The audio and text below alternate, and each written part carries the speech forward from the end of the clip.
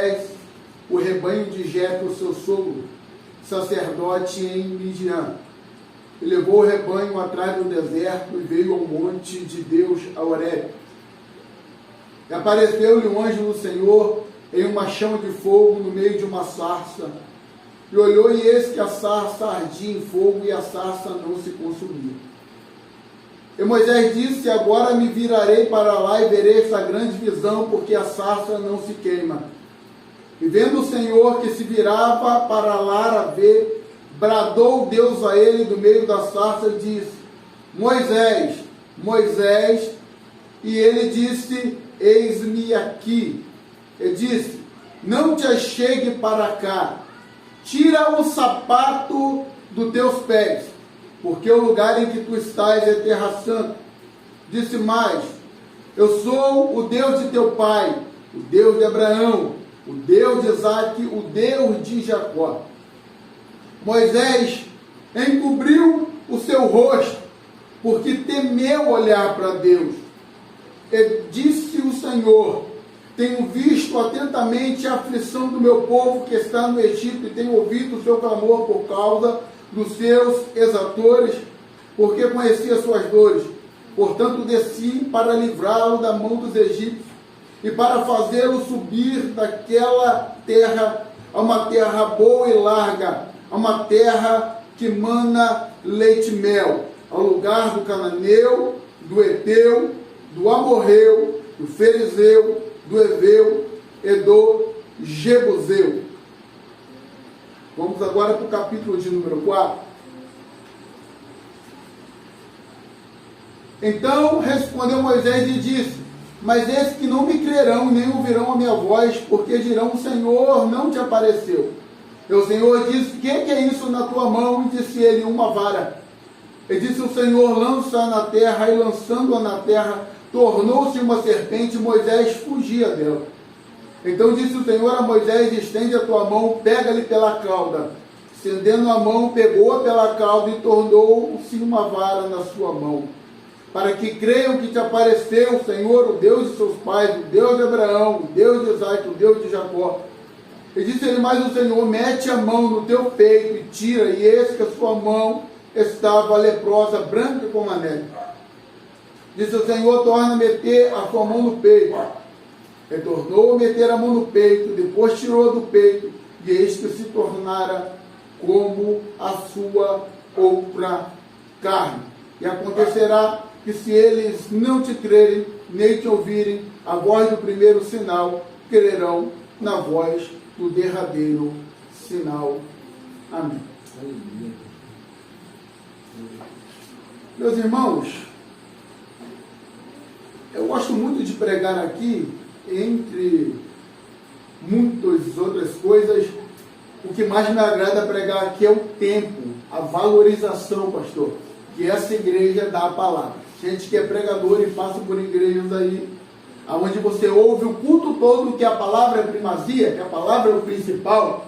Aí muitas pessoas cantam, e cantar é bom, adoram e adorar é bom, e no final o pregador que se vira nos 10, que se vira nos 15, que se vira nos 5 minutos.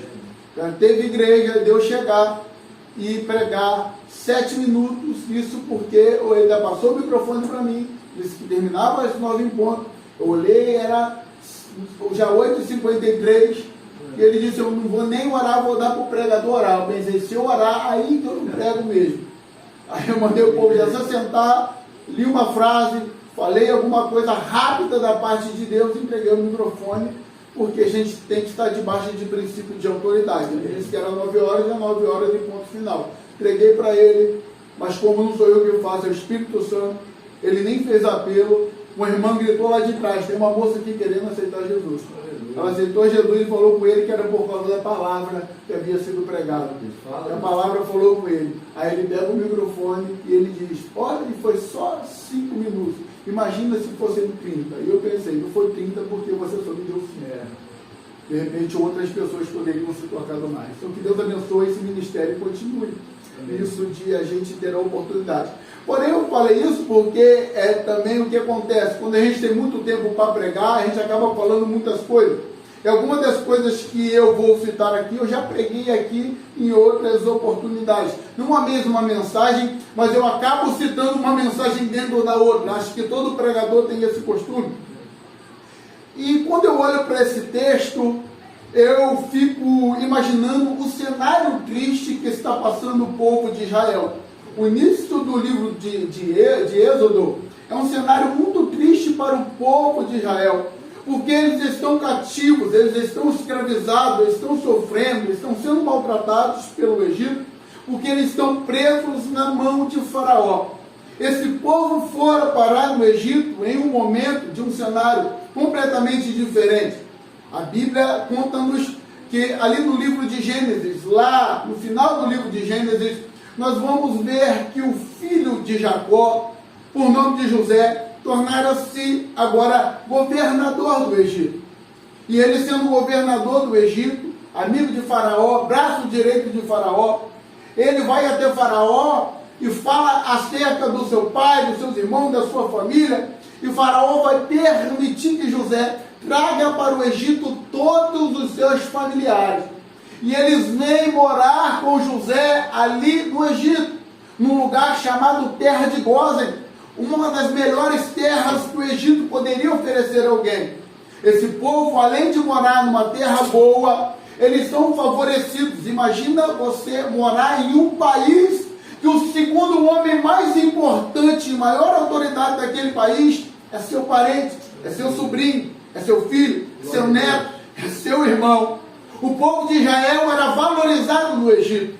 Quando alguém olhava para alguém que pertencia ao povo de Israel, quando o egípcio olhava, alguém dizia: respeite aquele ali, ele é parente do governador José.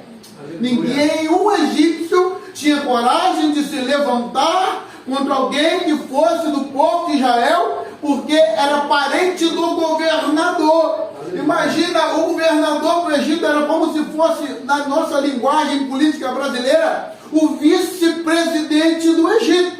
E não era simplesmente uma nação, Diácono Márcio. O Egito era a maior potência do mundo.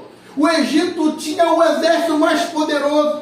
O Egito possuía o maior poder financeiro do mundo daquela época. Então o Egito era como se fosse os Estados Unidos, só que com o poder de governar o mundo e de expandir seu território se quisesse, lutando e conquistando qualquer nação que enfrentasse o Egito perderia. Então entenda o status que estava José, e por isso eram favorecidos ali no Egito, toda a sua família.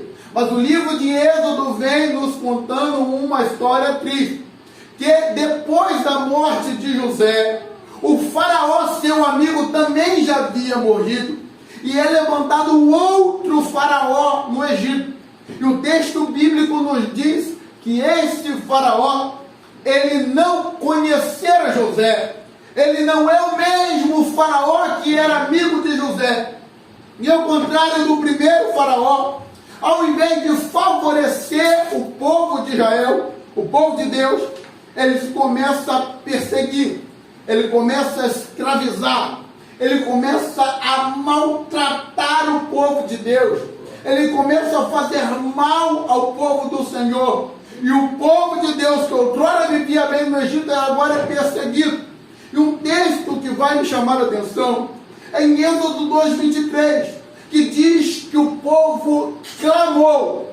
E quando o povo clamou, diz a Bíblia que o Senhor ouviu o seu gemido, ouviu o seu clamor desesperado. Deus, lá do alto dos céus, olhou para a terra e viu o povo clamando a Ele. Sabe o que eu entendo aqui? Que até este momento não havia clamor do povo de Deus no Egito. O nível da perseguição cresceu tanto, e ela só acontece com a permissão de Deus. Ninguém pode se levantar contra o seu povo sem que tenha permissão de Deus. E Deus só permite perseguição, Deus só permite que nos façam mal quando Ele tem um propósito especial com isso. Porque Deus, Ele quer o meu bem. Deus quer o seu bem. Deus quer que a gente esteja bem, alegre, feliz e com tudo dando certo o tempo todo. Mas se tem uma coisa que muda o propósito de Deus e faz Ele permitir o sofrimento, a perseguição, o maltrato, é a falta da oração. O povo, quando foi para o Egito, o povo tinha o costume de orar ao Senhor. Deixa de orar a Deus porque está sendo favorecido no Egito. Deixa de orar a Deus porque eu não preciso orar e pedir pão, porque eu tenho pão para comer à vontade, porque eu sou parente de José. Eu não preciso orar contra nenhuma perseguição, porque ninguém se levanta contra mim, porque eu sou parente de José. E o faraó gosta de José, e se gosta de José, gosta de mim. Então não falta comida, não falta alimento, não falta provisão. O povo vive bem, vive tranquilo e deixa de lado a oração. Deus, se tem algo que Deus sempre desejou com o homem, o maior desejo do coração de Deus para com todos nós se resume em uma palavra: comunhão. Deus quer ter contato, Márcio. Deus quer ter comunhão com a gente. Deus quer a gente perto dele. Deus quer você se lembrando dele o tempo todo, orando, falando com ele em casa, falando com ele antes de dormir, falando com ele ao acordar, falando com ele no trabalho, falando com ele lavando roupa, falando com ele o tempo todo. A falta da oração faz Deus no seu coração permitir você ser afligido, ser perseguido. Muitas das vezes a perseguição, o problema, a circunstância ruim vem na vida do crente, e isso na verdade você olha, para você é perseguição, para você é o seu vizinho que se levantou contra a sua vida, para você é um patrão que não gosta de você, não foi com a tua cara porque você é crente. Para nós é um encarregado que não gosta de mim, é alguém que falou mal de mim, é o meu vizinho que ele é problemático. Não, é aquele amigo que não era amigo de verdade e por isso me traiu. Na verdade tudo isso é o mover de Deus,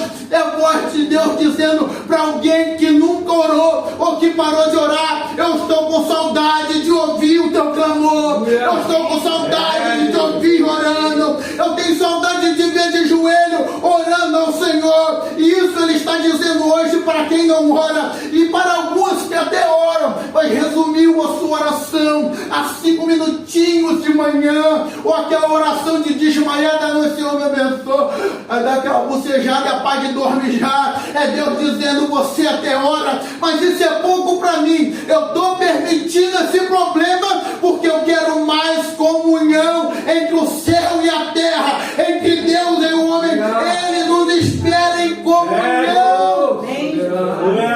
E para aqueles que estão vivendo uma vida de oração, estão dizendo: eu não entendo, eu oro, eu busco, e o problema também está vindo. Anderson, não tem uma palavra para mim? Eu não tenho, mas Paulo tem. Aí ele vai dizer: fica tranquilo, o nosso Redentor vive e em breve vai se levantar.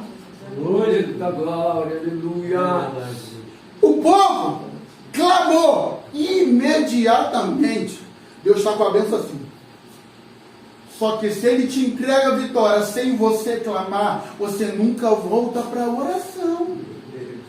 É só um desejo de comunhão. Para que Deus criou um jardim no meio do Éden? Para colocou aquele jardim para ser um lugarzinho especial entre todo o planeta Terra aqui, nesse lugarzinho aqui. Adão pode trabalhar? Pode trabalhar. Adão pode namorar Eva? Tem que namorar mesmo. Adão, ele pode brincar com os animais? Pode brincar com os animais. Adão pode mergulhar na cachoeira? Adão pode mergulhar. Adão pode ir na praia? Pode ir na praia. Adão pode comer fruta, desde que não seja do conhecimento do bem e do mal. Ele pode comer fruta, ele pode fazer o que quiser. Mas quando o sol for embora, Adão sabe que é momento do culto. Eu vou sair do céu e vou descer, que eu quero ter comunhão com meus filhos na terra. Aleluia. Deus, se tem algo que o crente precisa entender, Deus quer restaurar a comunhão. Glória. Precisamos ter comunhão com Deus. Aleluia. Quando a comunhão é restaurada, a comunhão vai trazer libertação. Sem comunhão, não há libertação. Porque quando o povo volta à comunhão e clama a Deus, Deus decide levantar um libertador. Para quê? Para libertar o povo do Egito. Para tirar o povo da escravidão do Egito. Eu disse que eu falaria algumas coisas que eu já falei, isso aqui eu falei em uma das vezes que eu estive aqui. Deus tem um propósito na nossa vida, como tinha com Moisés, de libertar o povo, de tirar o povo da escravidão. Assim como o povo estava preso na escravidão do Egito, há pessoas presas na escravidão do pecado. Eles estavam presos na mão de Faraó e há pessoas presas na mão do diabo. Deus tem um propósito que tinha com Moisés. Deus quer usar cada um de nós para libertar pessoas, começando dentro da nossa família, que a obra de Deus começa dentro de casa. Se eu não for capaz de libertar na minha casa, eu não sou capaz de libertar do lado de fora. Se a gente não pregar dentro de casa, não adianta pregar do lado de fora. Não adianta dar testemunho do lado de fora, se a gente não der testemunho dentro de casa, no meio da nossa família. Então tudo vai começar dentro de casa. Deus quer te usar para libertar pessoas dentro da tua casa, do lado de fora da tua casa, no teu quintal, na tua família, no teu bairro, no teu trabalho, no meio dos teus amigos. Deus quer fazer de nós um Moisés. Se tem uma coisa que a Bíblia chama atenção, é significado de nome. Qual é o significado do nome de Moisés? Quem deu o nome para Moisés? Moisés nasceu numa circunstância onde os judeus não podiam ter mais crianças do sexo masculino que eram mortas, né, pastor? Porque o Egito não queria ver mais o povo de Deus crescer. Aí as parteiras tinham a ordem para matar as crianças, mas Deus tocou o coração. Deus moveu o coração das parteiras que fizeram parto de Moisés, e Moisés não foi morto. Mas Moisés foi colocado dentro de um cerco, em cima de uma folha de junco. Sua irmã Miriam ficou de longe olhando, e o menino ficou ali próximo da onde ia se banhar a filha de Faraó. A filha de Faraó chega até lá, vê o menino em cima de uma folha de junco, dentro de um cestinho, e vai pegar aquele menino. Quando ela pega, ela dá um nome para ele pela circunstância do que está acontecendo. Ele está nas águas do rio Nilo, ela pega ele, levanta e diz: o nome do menino vai ser Moisés. O que significa Moisés? Tirado das águas. Então a primeira coisa que Deus tem que fazer conosco, para que sejamos capacitados por Ele, para libertar alguém, é sair das águas. Aleluia. Sair das águas. Qual água que Moisés saiu? As águas do Egito. As águas do Nilo. Se a gente, quando prega, mas diz para o Egito, simboliza a escravidão no mundo do pecado, então as águas do Nilo é aquilo que alimenta o nosso desejo pecaminoso. E não dá para ser Moisés mergulhando nas águas do Nilo. Não dá para ser um libertador mergulhado no pecado. A primeira coisa que eu entendo da vida de alguém que Deus levantou para libertar é que ele tem que ser liberto. Aleluia. Glória a Deus. Deus decide preparar Moisés para o ministério. E quando eu falo de ministério, existe o ministério, que a gente chama de ministério eclesiástico, o ministério da igreja, que é composto pelo pastor, o evangelista, o diácono assessoria o ministério. Isso é o ministério de culto. Só que ministério fala de chamado. Ministério fala de propósito. Não é algo ligado à igreja, mas ser um pai de família é um ministério. Aleluia. Ele é o pastor da casa. O marido é pastor da sua esposa. Aleluia. Ambos pastoreiam seus filhos. No trabalho secular que você tem, que só você é crente, você é o pastor. Então você tem que ser influência no lugar aonde Deus te colocou. Aleluia. Então, Moisés agora, Deus vai olhar para ele e vai preparar. E eu quero pregar, fundamentado nessa visão, nesse pensamento, que a partir de hoje, aleluia, alguns começarão a ser preparados e outros serão melhor ainda, mais preparados diante de Deus depois dessa palavra, para que saiamos daqui para libertar pessoas. Aleluia. Essa mensagem vai nos ensinar o principal, não o único, o principal fundamento que precisamos aprender para libertar pessoas. Sabe qual é? Aprender a lidar com pessoas. Aleluia. É difícil demais. Aquela frase comum, prefiro lidar com cachorro do que com gente. É melhor lidar com animais do que com gente. Triste é quando você vê crente falando isso, que prefere cachorro do que gente. Eu gosto de cachorro, não gostava muito de gato, minha esposa gosta, estou aprendendo a gostar, apaixonado por uma gatinha que tem lá em casa, mas nenhum animal vai ser mais importante para mim do que um ser humano. Precisamos aprender a lidar com gente. Deus, ele vai instituir para a vida de Moisés o ministério. Moisés tem que ser um líder. Você precisa liderar. Você precisa liderar.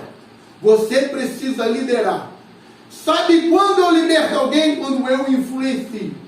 Para influenciar, pastor, eu preciso liderar. Sabe por que muitas das vezes a gente não ganha um amigo de trabalho? Porque na conversa com ele, deixamos ele liderar. Se ele liderar a conversa, se você vigia, você sai de perto quando a conversa foi para o caminho errado. Ou então o que você faz? Você peca porque entra na conversa que deixou ele liderar. Mas se quem tem a unção do Espírito de liderança é você, quem vai liderar a conversa é você. Então, se o papo é pecaminoso, desculpa que eu sou crente, não posso conversar isso, mas deixa eu falar uma coisa para você. Tem um culto quarta-feira na minha igreja, liderei a conversa, pastor, puxei para cá, deixa eu te falar algo da parte de Deus. Eu não quero conversar outras coisas não, eu sou crente, você conversa com outro que respeita, tudo bem, você não é crente que nem eu, mas deixa eu falar uma coisa para você, Deus tem um propósito na tua vida, pode deixar uma palavra no teu coração, se ele não aceitou, ele não entrou debaixo da liderança e foi, glória a Deus, você não tem poder de convencimento, quem convence é o Espírito Santo, mas ele me dá poder de liderança. Eu não nasci para ser caldo, eu nasci para ser cabeça, e atrás de mim vem aqueles que eu vou libertar pela unção do Espírito Santo para a glória do nome de Jesus. Passa a liderar os teus filhos, passa a liderar a sua família, passa a liderar os teus amigos e você vai ser a cabeça ungida por Cristo e eles virão atrás de você. Aleluia. Precisamos liderar. Meu Deus. Moisés é líder, isso é interessante. Quando Deus orou para Moisés, já era líder. Quando ele foi ali achado pela filha de Faraó, ela adotou Moisés como filho. Ele se tornou um príncipe do Egito, um líder do Egito. Moisés é líder. Deus vai olhar para a liderança de Moisés e vai analisar para ver se Moisés está preparado para liderar. Vou ver como é que ele lidera os egípcios, para ver se ele está preparado para liderar o meu povo que vai sair do Egito. Deus olha para Moisés, Moisés está lá, Moisés sabe que ele não é egípcio, de natureza, Moisés já sabe que ele é judeu, ele é israelita, mas ele está ali, adotado pela filha de Faraó, ele sabe que aquele povo está escravizado, é parente dele, mas ele é um príncipe do Egito. Ele está olhando e ele está vendo que tem um soldado egípcio que está debaixo da sua liderança, que está batendo demais, machucando demais um dos seus parentes. O que Moisés faz? Agride o egípcio e mata. Deus olhou e pensou, não é assim, Moisés. Não é assim que lidera. Assim eu não posso pegar meu povo e botar na tua mão. O que fica debaixo da tua liderança, tu mata. Quem está debaixo da tua liderança, tu agride. Quem tem debaixo da tua liderança, você acha que nenhum animal age por instinto e de forma agressiva parte para cima dele e acha porque você está no estado maior, você pode fazer o que você quiser? Está preparado não. Quando ele mata o egípcio, ele é obrigado a fugir do Egito. Aonde que ele vai parar? Na casa do professor que Deus preparou para ele. Aleluia. Ele parte, ele vai chegar num lugar, amado, aonde tem umas mulheres que são pastoras no sentido cuidadoras de animal, de ovelha, e estão querendo botar as ovelhas para beber água. Uma delas se chamava Zípora. Aquela mulher estava ali junto com as outras, mas os homens que estavam ali ameaçavam aquelas mulheres. Moisés não era o príncipe do Egito, não é um camarada que fica sentado num trono mandando um soldado lutar, não. Ele era o capitão da guarda do Egito. Ele pegava a espada e partia para dentro. Moisés, trazendo para o nosso linguajar, era bom de pancada. Moisés era bom de espadada. Moisés era bom na lança. Moisés era bom no braço. Moisés era um camarada como criado no Egito, na alimentação do Egito. Moisés já viu o egípcio magrelo? Não, eles eram fortes, grandes. Eu imagino Moisés, um homem de boa musculatura. Aí estão os 5 pastores lá, afligindo aquelas mulheres. Moisés chegou, botou banda para eles, botou eles para correr e falou para as mulheres: agora pode botar as ovelhas para beber água aí. O Zípora olhou para aquele homenzão daquele tamanhozão, com aquele estilo de liderança. Eu vou casar com esse camarada aí. Levou ele para a casa dela. Levou para lá e contou para o pai. Imagina ela contando para o pai. Ó, Moisés botou 5 homens para correr. E já olhando para ele, o bichão mesmo, doido. Botou 5 para correr? Então beleza. O que você quer? Quero casar com a tua filha. Tu vai casar com a minha filha? É Deus olhando para Jetro, porque Jetro era sacerdote de Deus na terra de Midian. Aleluia. Era um homem que Deus usava. Ele vai usar Jetro para iniciar um curso de preparação para Moisés trocar de profissão. Porque se eu trabalho numa área e eu vou passar a trabalhar em outra área, eu tenho que fazer um curso. Eu sou vigilante, tendo nada de enfermagem, estou trabalhando na prefeitura. Minha formação é de vigilante, fazendo tempo de trabalho braçal, trabalhando na prefeitura. Se eu tiver que trabalhar no hospital, eu vou ter que fazer um curso de enfermagem. Eu vou ter que aprender a lidar com o ambiente que eu vou trabalhar. Qual o trabalho ministerial de Moisés? Pastorear. Aí Deus vai usar Jetro. Chega na casa de Jetro, eu quero casar. Ah, quer casar com minha filha? Tu trabalha com o quê? Saí do Egito, era príncipe lá, não sou mais nada agora. E nem emprego. Não tem problema não. Quer casar com minha filha? Para trabalhar para mim. Para pastorear o filho. Deus agora olha para Moisés. Para ver se Moisés agora está preparado para cuidar do seu povo. Ele, antes, matava Egito. Vamos ver como é que ele cuida das ovelhas de Jetro. Jetro agora vai ser o professor. Jetro chama Moisés e diz: Moisés, para cuidar de ovelha é assim. Você nunca foi pastor, né? Então deixa eu te ensinar. Você era príncipe, né? Beleza. Aqui tu é só pastor. Fica aí cuidando então. Lá no mundo era príncipe. Aqui tu é pastor. Então cuida das ovelhas. Moisés mete a mão no cajado, com certeza, irmão. Estou conjecturando. Um camarada que está acostumado a bater, um camarada que está acostumado a agredir, usar a espada, tem um negócio que ele gostou na hora de cuidar da ovelha, é o cajado. Já meteu a mão no cajadão, a primeira ovelha que deu um passo para o lado fora, dou-lhe no meio das canelas para ver se ela não volta. E é Deus olhando para Moisés e Moisés nas ovelhas. E Deus olhando e falando: não deu certo, Moisés, não está preparado para liderar meu povo. Que para ele libertar o povo do Egito, tem que aprender a lidar com gente. Ele não sabe lidar com egípcio, ele não sabe lidar com animal, como é que ele vai lidar com gente? Já sei. Vai ter que ter um professor melhor. Quem é que vai cuidar dele? Deixa que eu desço e dou o curso. Aleluia. Imagina Jesus e o Espírito Santo falando: qual de nós vai? Eu vou. E o trono? Deixa o trono aí, deixa que eu desço. Mas o Senhor precisa descer sobre alguma coisa para que se torne seu trono. Beleza? Eu quero uma sarça. A sarça vai ser meu trono. A sarça vai ser meu trono. Moisés vem pastoreando as ovelhas de Jetro e vai começar a aula de Deus para Moisés, de Deus para Anderson, de Deus para Marcos, de Deus para a irmã, os irmãos. Ele vai começar a ensinar Moisés o que a gente tem que aprender. Não é fácil aprender, não é fácil aplicar, mas é a única forma da gente conseguir ganhar almas para Jesus e aprender a lidar com gente. Deus, ele desceu para ensinar, antes de tudo, as bases do ministério. Deus está na sarça pegando fogo. Eu vou chamar a sarça de outro nome. Sabe de quê, pastor? Espelho profético. Aleluia. O que o espelho faz? Reflete a imagem que está aqui, certo? Se eu estou de camisa preta e sem barba, não dá para aparecer no espelho barbudo de camisa azul, dá? Não dá, porque o nosso espelho é comum. Mas o que é uma profecia? Uma profecia é algo que aplica para o futuro, que fala do que vai acontecer contigo, não é? Do que você vai se tornar, não é? É de algo futuro. Então a sarça é o espelho profético, está mostrando Moisés no futuro. O que você está querendo dizer com isso, mano? Deus está dizendo para Moisés, com aquela visão, está vendo essa sarça aqui? Isso aqui é o que eu espero de você. que você espera de mim, Senhor? Hoje você está aqui aprendendo a lidar com gente. E para conseguir ser efetuado o ministério da maneira que eu quero, tu tem que ser como a sarça. Como assim?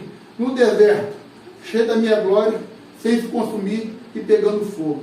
No deserto. O deserto não te consome, porque o calor dele não se compara ao calor da minha presença. Aleluia. Futuramente Moisés se tornaria uma sarça. Quer passar pelo deserto e chegar do outro lado sem que o diabo te destrua. Passe como uma sarça ardendo na presença de Deus. Aleluia. O fogo que estava sobre a sarça um dia esteve sobre Moisés. Em Atos 2, ele foi derramado sobre os apóstolos. E quando foram perguntar para Pedro o que estava acontecendo, ele falou: vocês não sabem não? Joel profetizou no capítulo 2, versículo 28, que isso aqui ia acontecer. E Moisés disse que viria sobre toda a carne. Então o fogo que estava sobre a sarça, que veio sobre Moisés, que veio sobre os discípulos, ele está sobre a nossa vida também. Precisamos arder no fogo de Deus, nos desertos da vida. Entrou no deserto, entrou na provação, entrou na dificuldade, como é que eu vejo? Como uma sarça pegando o fogo do Espírito de Deus. Aleluia. É, Deus. Oh, glória, meu Senhor. Aleluia. Moisés é pastor de ovelha, mas não está com roupa de pastor de ovelha. Não está parecido com Davi. Saul olhou para Davi e falou: calma aí, isso aí não é roupa de guerreiro. Isso aí, essa roupa que ele está usando é de pastor de ovelha. Como é que o camarada com essa roupinha de pastor de ovelha vai querer ir lá vencer? Eu vou botar minha armadura dele. Foi o pensamento de Saul. Mas a roupa de Moisés não foi Jetro que deu. Foi o Egito que deu. Está vestido como Egito. A sandália egípcia está no seu pé. E ele chega diante de Deus. Deus vai ensinar para ele os princípios do ministério. O que eu preciso fazer para Deus me usar. Duas coisas Moisés aprendeu ali que são tremendas. O que acontece? Uma visão maravilhosa da parte de Deus. Eu quero ver. Imagina que coisa linda devia ser olhar um pedaço de mato pegando fogo e Deus lá. Só de tentar pensar a gente já fica maravilhado, né? Que coisa bonita tu quer ver de perto. Coisa bonita você quer se aproximar para ver. Você está num lugar, tem uma paisagem bonita, você está na estrada, você pega o teu carro, você fala: vamos encostar aqui, para a gente poder olhar, para a gente bater uma foto, porque essa paisagem é bonita. Moisés viu aquela coisa linda e falou: eu vou me aproximar. Porque ele está se aproximando de Deus. Então Moisés está fazendo a coisa certa, mas está da maneira errada. Porque a coisa certa é se aproximar de Deus. Eu comecei pregando mais sobre comunhão. Comunhão é se aproximar de Deus. Só que eu tenho que ter uma reverência para chegar diante de Deus.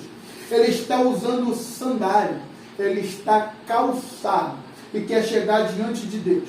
Só que Deus, ele é o Senhor. E eu só me achego diante dele num posicionamento de servo. Em Lucas, no capítulo de número 15, no versículo 22, a gente aprende com a parábola do filho pródigo, que aquele filho pródigo, ele quer chegar diante do seu pai para pedir para ser servo, para pedir para ser escravo, dizendo: eu estou passando fome na casa do meu pai, até escravo tem pão para comer. Então ele vem como? Se apresentando ao seu pai descalço. É por isso que o pai não quer que ele seja servo, quer que ele continue como filho, quer que ele continue sendo o príncipe da casa, chama um servo e diz: pega uma sandália e calça no pé dele. Porque escravo anda descalço. Aí ele vira para Moisés e diz: não te achegue para cá, fica daí mesmo, tira a sandália dos teus pés. Só que é humilhante para um príncipe tirar a sandália do pé. Ninguém, jamais, no Egito, iria ver alguém, um príncipe, um rei, uma autoridade, tirar as próprias sandálias. Sempre teve alguém para tirar as sandálias de Moisés. No Egito tinha escravos, no Egito tinha servos, que Moisés chegava, se assentava na cadeirinha de príncipe dele e alguém vinha tirar as sandálias dos pés de Moisés.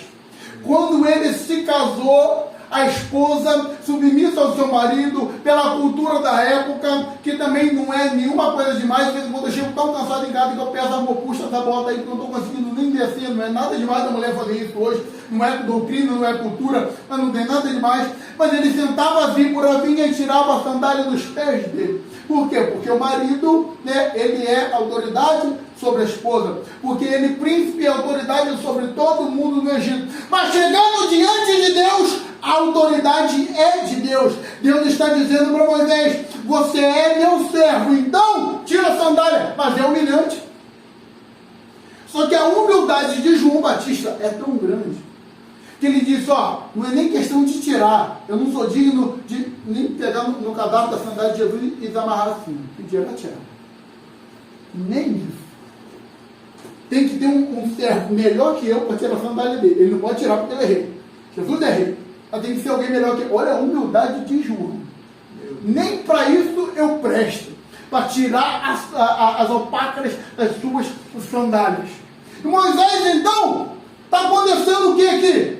Moisés está vindo com um calçado, e esse calçado está falando para Deus que ele é príncipe do Egito, que ele é Senhor, que ele é autoridade. Então está trazendo uma exaltação perante Deus. Deus vai humilhar Moisés.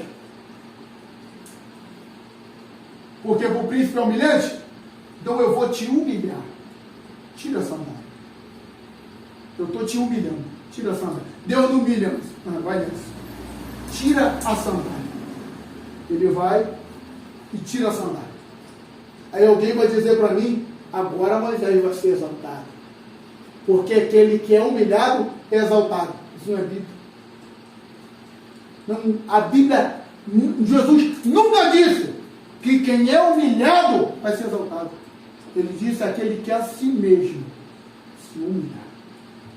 Porque o humilhado, o fato de ser humilhado, é um processo para chegar na humildade. Quando Deus permite você ser humilhado, é que Ele está olhando para você e está dizendo: tu precisa ser mais humilde. Aí você está na expectativa da exaltação, porque alguma pessoa te humilhou. Não, não tem exaltação. Quando você chega ao ponto de ter que ser humilhado, é porque faltou humildade ou tem, mas Deus está querendo que você tenha mais. Agora, quando você já vem humilde, se humilhando, aí tem exaltação para a sua vida. Mas Moisés entendeu. Entendeu. Quando Deus humilha ele, fala: príncipe, tira essa sandália do teu pé, quem manda aqui sou eu. Senhor, aqui sou eu quem manda. Moisés, aonde eu estou, a terra é santa. Tira a sandália do pé. Ele tira a sandália para o lado. Quando ele percebe que é Deus quem está falando com ele, ele mesmo se humilha. Ele bota a mão no rosto diante da presença de Deus. Esconde o rosto diante da face de Deus. Ele está dizendo: no lugar aonde o Senhor está, só quem tem que aparecer sou o Senhor. Eu me escondo para que o Senhor apareça. Aleluia. Eu me escondo para que o Senhor apareça. O orgulhoso, ele tenta aparecer tanto que Deus se esconde. Quando ele prega, Deus se esconde. Quando ele canta, Deus se esconde. Quando ele fala, Deus se esconde. Deus não aparece. Você não sente Deus nele, porque ele quer aparecer naquilo que ele faz. Ele quer mostrar que é melhor. Ele quer mostrar que ele é bom demais. Agora, quando ele se esconde, Deus aparece. Então, quando Moisés é humilhado, a exaltação não vem. Mas quando ele se humilha diante de Deus, Deus prepara o momento para exaltar Moisés. Aleluia. O que é aquele fogo que está sobre a sarça? O que é aquela presença? Aquilo ali é a glória de Deus manifesta na sarça. É a glória de Deus manifesta onde? Na sarça. O que Moisés faz com a glória de Deus? Honra. Diante da tua glória, eu desapareço, o Senhor aparece. Anos depois, Moisés vai descer o monte. Ninguém consegue olhar na cara de Moisés, porque o rosto de Moisés está brilhando da glória de Deus. Porque tudo aquilo que eu honro, Deus me dá de volta. A glória que ele honrou no monte, no primeiro encontro com Deus, um dia no monte, a glória veio sobre o rosto dele. Sabe por que algumas pessoas não recebem determinadas honras, não recebem determinada glória? Porque não sabem honrar. Não honra o patrão e quer ser chefe. Nunca vai ser. Não honra o pregador e quer ser profeta. Não, o meu sonho é ser pastor. E ele não honra o pastor dele. Um filho que não honra os pais pode até um dia se tornar pai, mas nunca os seus filhos vão lhe honrar. Porque ele sabe que nem os seus avós você honra. Quem é você para pedir que ele te obedeça, que esteja debaixo da sua autoridade e que venha honrar você. Mas quando eu, no mundo espiritual, semeio honra, semeio glória, recebo glória, porque Galatas 6:7 está escrito: tudo aquilo que o homem semear, isso mesmo colherá. Por que a glória de Deus está fugindo dos cultos? Por que a glória de Deus está fugindo da vida de alguns crentes? Porque a glória de Deus está sumindo do meu evangelho. A gente não vê tantos milagres mais acontecer, porque estão fazendo ao contrário de Moisés. Moisés tirou a sandália e se escondeu. Tirou a sandália e se escondeu. Hoje as pessoas estão colocando sandália e querendo aparecer. Se colocando como senhores. Se colocando como melhor do que os outros. Não tem mais um coração de servo. Não tem mais aquele desejo de servir. Acham que ministério, pastor, que a gente é chamado aqui para cima, é porque agora a gente é melhor que eles. Não, nós somos servos de vocês. Os ministros são servos da igreja. A gente recebe de Deus o que a gente chama de dons. São ferramentas que Deus pega na oficina dele e diz: toma a profecia, toma a palavra, toma o pastoreio, toma o louvor. Agora pega a minha ferramenta e sirva aos meus filhos. Glória. Então eu tenho que vir para cá com os pés descalços e o rosto encoberto, para que a glória de Deus apareça e o senhorio dele prevaleça. Assim a glória de Deus vai se manifestar.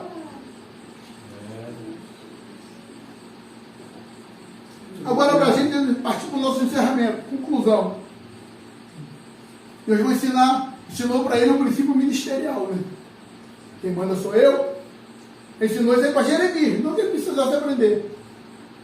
Mas Jeremias mostrou e entendia do negócio. Jeremias está de parabéns. Jeremias, capítulo 18. Levanta, desce para a casa do oleiro. Lá vou falar contigo. Só que antes de falar, Deus estava falando. Você entendeu? Você entende que Deus fala até quando não está falando? Tu pensa que para Deus falar tem que pregar para você? Pensa que para Deus falar você tem que dizer: assim te diz o Senhor. Não. Se você ficar ligado às circunstâncias da vida, Deus está falando contigo o dia inteiro. Aleluia. Então, Jeremias tinha essa sensibilidade. Desceu para a casa do oleiro. Jeremias é o quê? Profeta. Ministério. Autoridade. O Jeremias não está indo para o templo. Jeremias não está indo para o culto. Eu estou indo para a casa de um oleiro, que usa a sua casa como lugar para trabalhar. Então a casa é do oleiro. Eu não vou profetizar. Eu vou sentar, vou ficar ali. Ele parou e eu vou só observar. Entendo nada de rodas, entendo nada de barro, entendo nada de olaria. Eu vou ver se eu aprendo uma coisa. Vamos lá, vamos ficar olhando aqui para ver se eu consigo discernir. Deus mandou vir para cá, eu vou para fora. Porque na casa do oleiro, quem manda é o oleiro. Na minha casa, quem manda sou eu. Abaixo de Deus, sou eu. Abaixo de mim, a autoridade é minha esposa. Lá em casa, se eu quiser botar o pé em cima do sofá, se ela não me tacar o sapato porque ela acabou de limpar o sofá, agora a gente dorme. Agora, se eu quiser, mas ela está brincando, ela também bota o pé no sofá, a gente não tem esse problema. Quando eu pé no sofá, eu chego lá, você pega o pé no sofá. Agora vai minha esposa, na casa da irmã, ela vou botar o pé no sofá, né? Mas é tudo. Agora, se você virar para mim, está com a perna cansada, se quiser estender o pé e colocar em cima, é outra coisa. A casa é tua. Na casa do oleiro, quem manda é o oleiro. Aleluia. Princípio de senhorio. Eu sou profeta, mas o oleiro não mandou profetizar. Eu vou calar a boca. Se ele falar profetiza, eu profetizo. Prega, eu prego. Canta, eu canto. Fala, eu falo. Se ele não mandou fazer nada, o problema dos nossos cultos é que tem um monte de gente fazendo o que Deus não mandou fazer, falando o que Deus não mandou falar, profetizando o que Deus nunca disse. pagando o preço na própria vida e fazendo muita alma se perder. Por falta de profecia. Eu sou pentecostal. Eu creio em profecia. Deus já me usou algumas vezes em profecia. E já usou muitas pessoas para falar comigo em profecia. Mas o que tem de mentirada, mergulho em cima do altar, que sobe em cima do altar, bota o calçado e acha que o Senhor é Ele. Então, se eu quiser fingir que Deus está falando, eu vou fingir porque eu estou calçado. Não, tira o calçado do pé, bota a mão no rosto, se cobre, deixa Deus aparecer, que se Ele quiser, Ele mesmo vai te exaltar, te dando algo da parte dEle para você falar. Se não for, Aleluia. glória a Jesus, quietinho igual Jeremias, só aprendendo alguma coisa. Aleluia. Então Moisés vai aprender com Deus. Lidar com o quê? Com gente. Deus, ele tem o costume de fazer perguntas óbvias às vezes, para ver nossa reação. Moisés tem um pedaço de pau na mão. Ferramenta do seu trabalho, o pastor de ovelha está carregando um cajado. Cajado diz que ele tem autoridade sobre as ovelhas. Certo? As ovelhas estão sob o seu controle. Porque ele controla as ovelhas com o cajado. Deus vira para ele e diz: Moisés, o que tu tem na tua mão? Ah, Deus não sabe? Pergunta óbvia. O que tu tem na mão? É uma vara de amendoeiro. É um cajado da minha mão. Deus vai virar para Moisés e vai dizer para Moisés: solta ele! E deixa o cajado no chão. Deixa cair. Tudo que está na minha mão, olha só, está no controle da mão direita, o microfone. Foi para o controle da mão esquerda. Voltou para o controle da mão direita. Olha, agora não está mais no controle nas minhas mãos. Deus está dizendo para Moisés: para liderar, tu tem que aprender que tem hora que tu vai perder o controle. Quando eu falo perder o controle, eu não estou falando de ficar doido, agir por instinto e fazer besteira, não. Eu estou dizendo que a situação tem hora que vai sair do controle, Moisés. E eu preciso te preparar para isso. Porque é muito fácil quando tudo está no nosso controle. Tua vida financeira está no controle. Tua vida espiritual está no controle. Teus filhos, no controle. Teu trabalho, no controle. Ministério, no controle. Mas é verdade ou não é, pastor? Tem hora que o controle se perde. Tem hora que parece que Deus abre os teus dedinhos assim, sem você perceber, pega o cajado e deixa cair, só para testar a tua reação. Quando o cajado cai no chão, virou uma serpente. E Moisés fugia dela. Não é de propósito, não. Eu pensei no negócio agora, tu vai pegar, e agora, nossa conversa. Já pegou, né? Fugia dela. E Moisés fugia, a serpente vinha para a direita, e Moisés, opa! E vinha a serpente. E Moisés vinha na serpente, e Moisés corria para cá. E a serpente vinha, e Moisés corria para lá. Corria dela, para um lado e para o outro, que nem um doido. O homem que Deus escolheu está correndo da serpente. De repente, Deus vai dar uma ordem para Moisés. Porque Moisés está correndo do problema. Está correndo da circunstância. A serpente, se tem um negócio que ilustra o diabo bem, é a serpente, não é? Então, quando o negócio está ilustrado com serpente, é porque o diabo está usando. E tem hora que você percebe que tem um amigo que é o diabo que está usando. Que tem um patrão que é o diabo que está usando. Que tem um vizinho que é o diabo que está usando. Qual é o primeiro pensamento nosso? Vou correr dele. Vou correr dele. Opa! Sai! E está vindo ali. Rapaz, isso é serpente. Isso aqui é serpente. Você não enxerga mais como um cajado.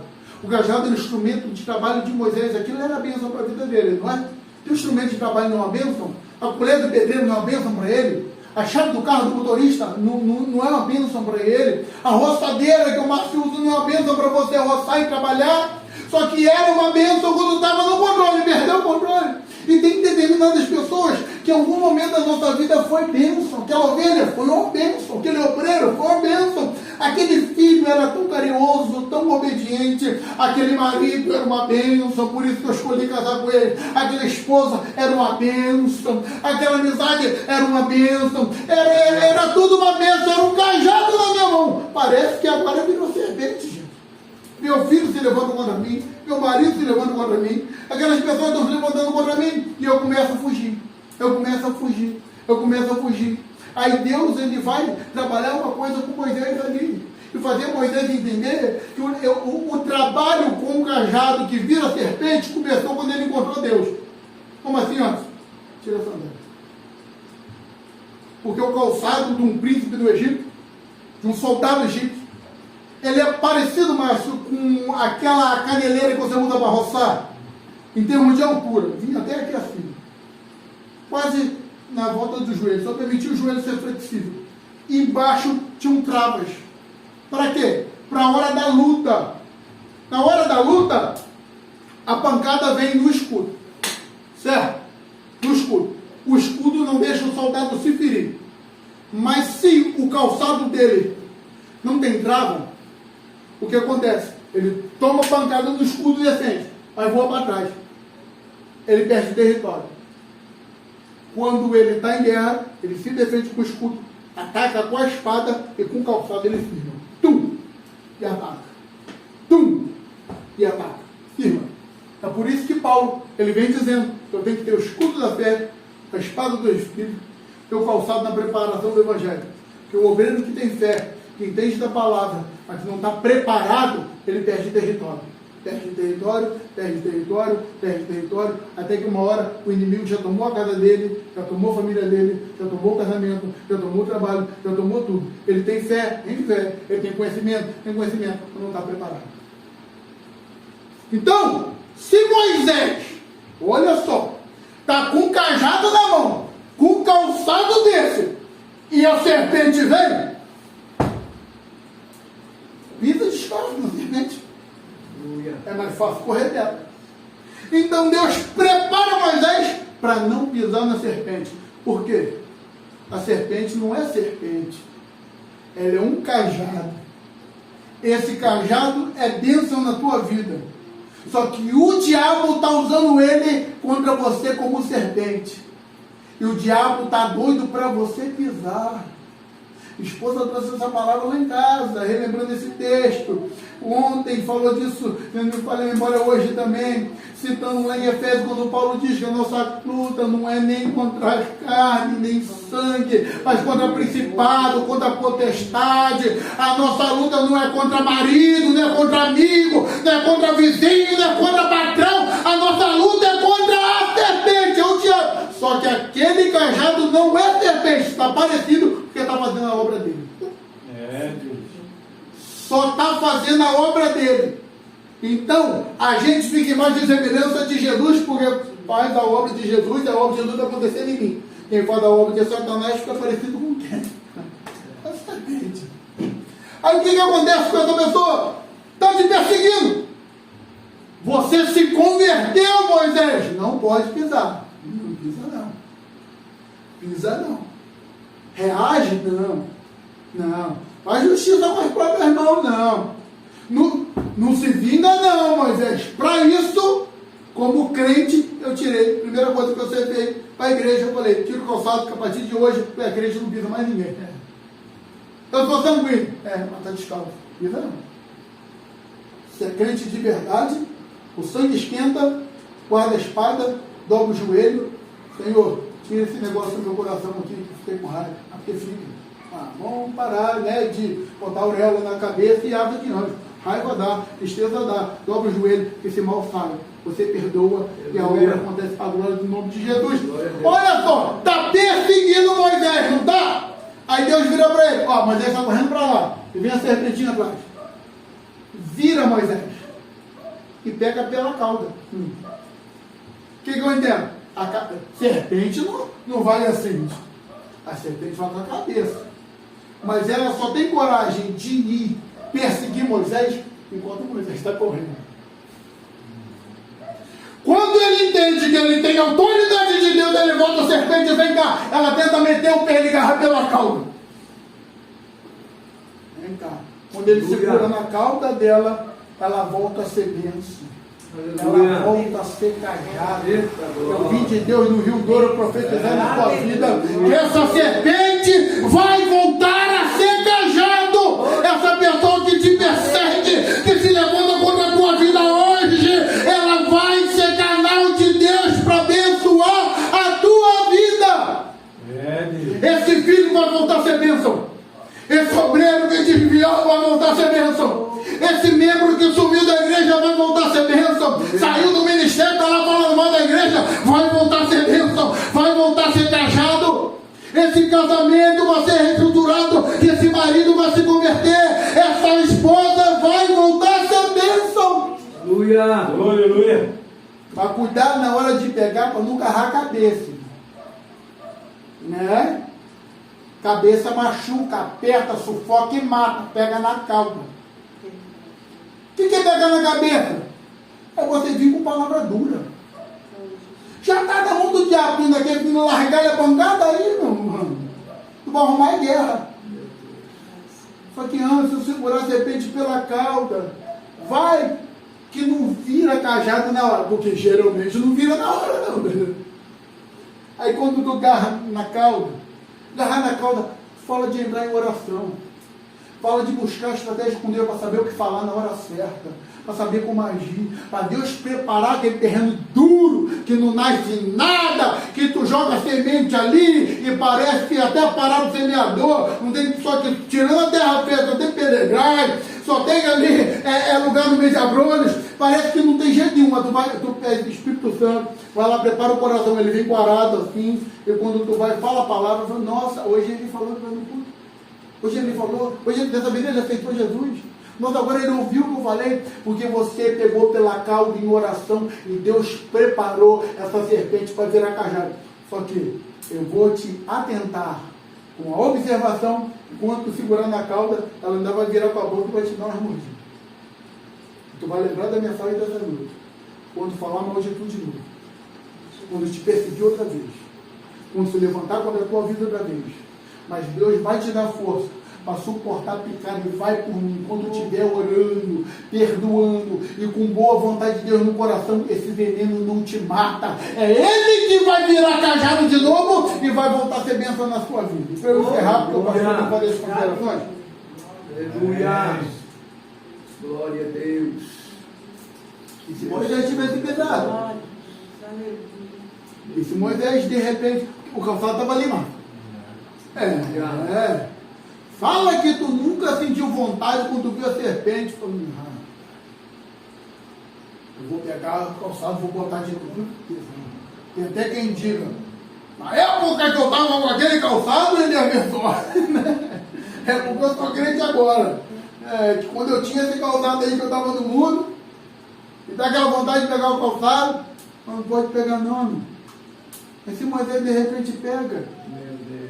Pisa, ou dá uma de doido, descalço mesmo, dá-lhe na cabeça e tum! Moisés ia se frustrar.